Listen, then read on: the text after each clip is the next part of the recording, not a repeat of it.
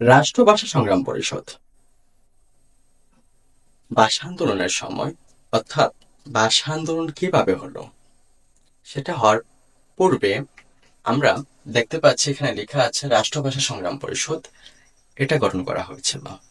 আর এই সংগঠন গঠন করার মূল কারণ হচ্ছে যে রা- আহ, রাষ্ট্রভাষা যেন বাংলা হয়, অর্থাৎ আমরা যে ভাষা আন্দোলন পেয়েছি এবং বাংলা ভাষায় কথা বলতে পারছি সেটা একটু লক্ষ্য করেন। প্রথম রাষ্ট্রভাষা সংগ্রাম পরিষদ যে গঠন করা হয়েছিল, আমি একটু লিখে নিই। রাষ্ট্রভাষা সংগ্রাম পরিষদ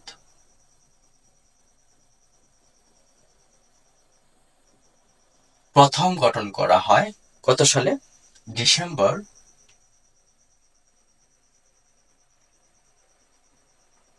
1947 সালে। ডিসেম্বরে 1947 সালে। এটার আহ্বায়ক কে ছিলেন? অধ্যাপক নুরুল হক ভূঁইয়া। অধ্যাপক অধ্যাপক নুরুল হক ভূঁইয়া।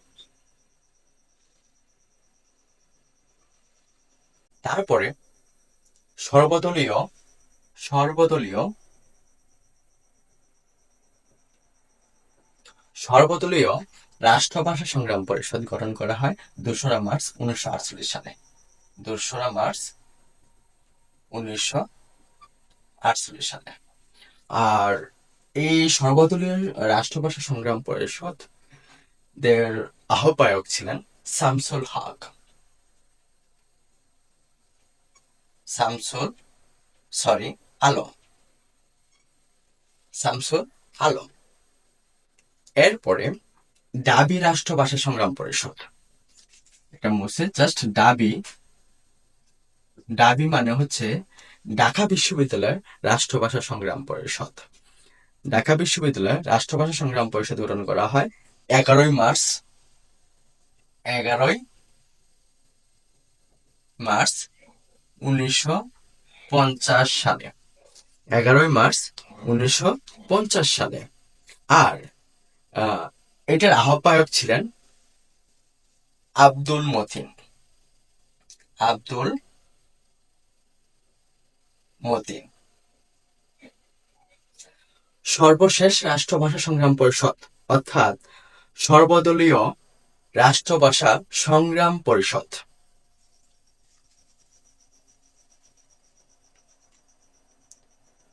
সর্বশেষ সর্বদলীয়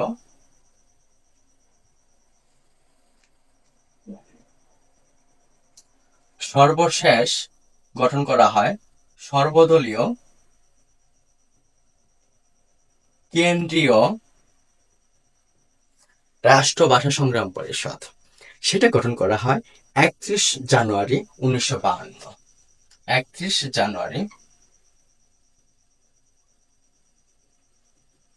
1952 সালে। আর সর্বদলীয় কেন্দ্রীয় রাষ্ট্রভাষা সংগ্রাম পরিষদের আহ্বায়ক ছিলেন কাজী গুলাম মাহবুব। কাজী গুলাম মাহবুব।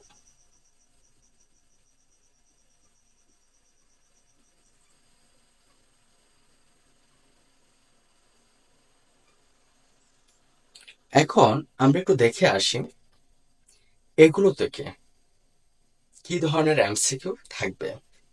একটু লক্ষ্য করেন, একটা প্রশ্ন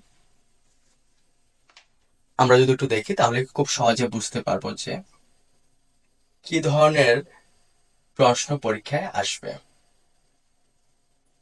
সর্বদলীয় রাষ্ট্রভাষা